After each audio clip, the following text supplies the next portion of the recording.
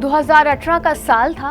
15 साल की एक लड़की ने अजय कुमार उर्फ राघव पर किडनैपिंग और बलात्कार का आरोप लगाया।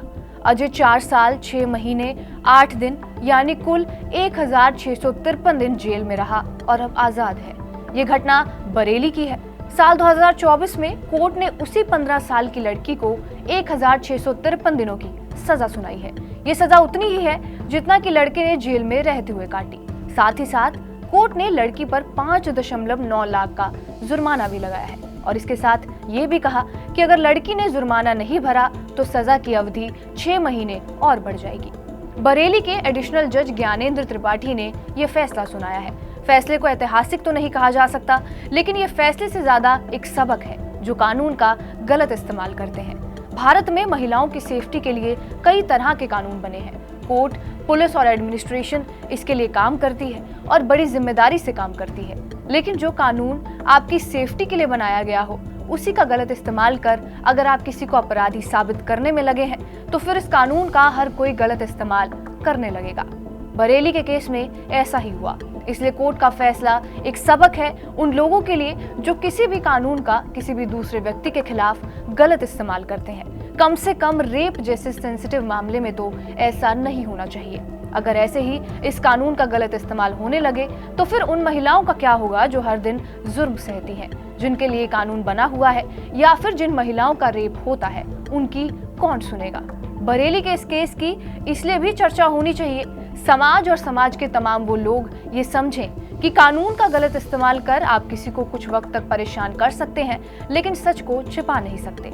सच में जिन लड़कियों के साथ बलात्कार होता है, अन्याय होता है, उनको इस तरह के फर्जी केस का नुकसान सहना होगा। इसलिए रेप जैसे संवेदनशील मामले में अदालत ने एक नजीर पेश की है। बरेली के केस में पहले लड़की ने राघव पर पुलिस के सामने रेप का आरोप लगाया, फिर मजिस्ट्रेट के सामने भी। वो जेल चला गया, लेकिन क्रॉस एग्जामिनेशन के दौरान लड़की खुद अपने बयान से पलटती रही। उसने कहा कि वो जानबूझकर मजिस्ट्रेट के सामने झूठ बोली और ये कंफर्म किया कि ना तो उसका रेप हुआ, ना ही मुझसे मोलेस्ट किया गया।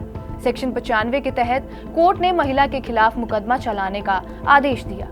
ऐसा नहीं है कि इससे पहले इस तरह के केस नहीं आए हैं या नहीं देखे गए हैं। यूपी के ललितपुर जिले के विष्णु तिवारी को कौन भूल सकता है।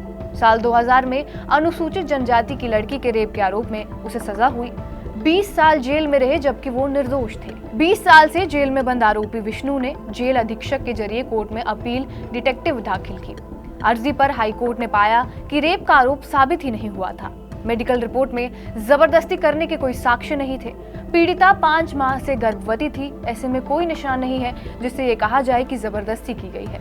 रिपोर्ट भी घटना के 3 दिन बाद लिखवाई गई थी। इलाहाबाद हाईकोर्ट ने सुनवाई के दौरान पाया कि सत्र न्यायालय ललितपुर ने सबूतों पर विचार किए बगैर ही गलत फैसला दिया है। रेप का आरोप साबित न होने पर विष्णु तिवारी को हाईकोर्ट ने रिहा कर दिया। सितंबर 2000 में गिरफ्तार विष्णु तिवारी को ना तो जमानत मिली, ना ही एक बार पेरोल मिली। इस दौरान उसके माता पिता और 2 भाइयों की मौत भी हो गई। इस केस को लेकर भी खूब चर्चा हुई थी कि आखिर कानून का गलत इस्तेमाल कब तक होता रहेगा। बहरहाल आपका इस खबर पर क्या कुछ कहना है, हमें कमेंट बॉक्स में जरूर बताएं। बाकी देश और दुनिया की तमाम बड़ी खबरों के लिए बने रहिए हमारे साथ टीवी9 डिजिटल पर।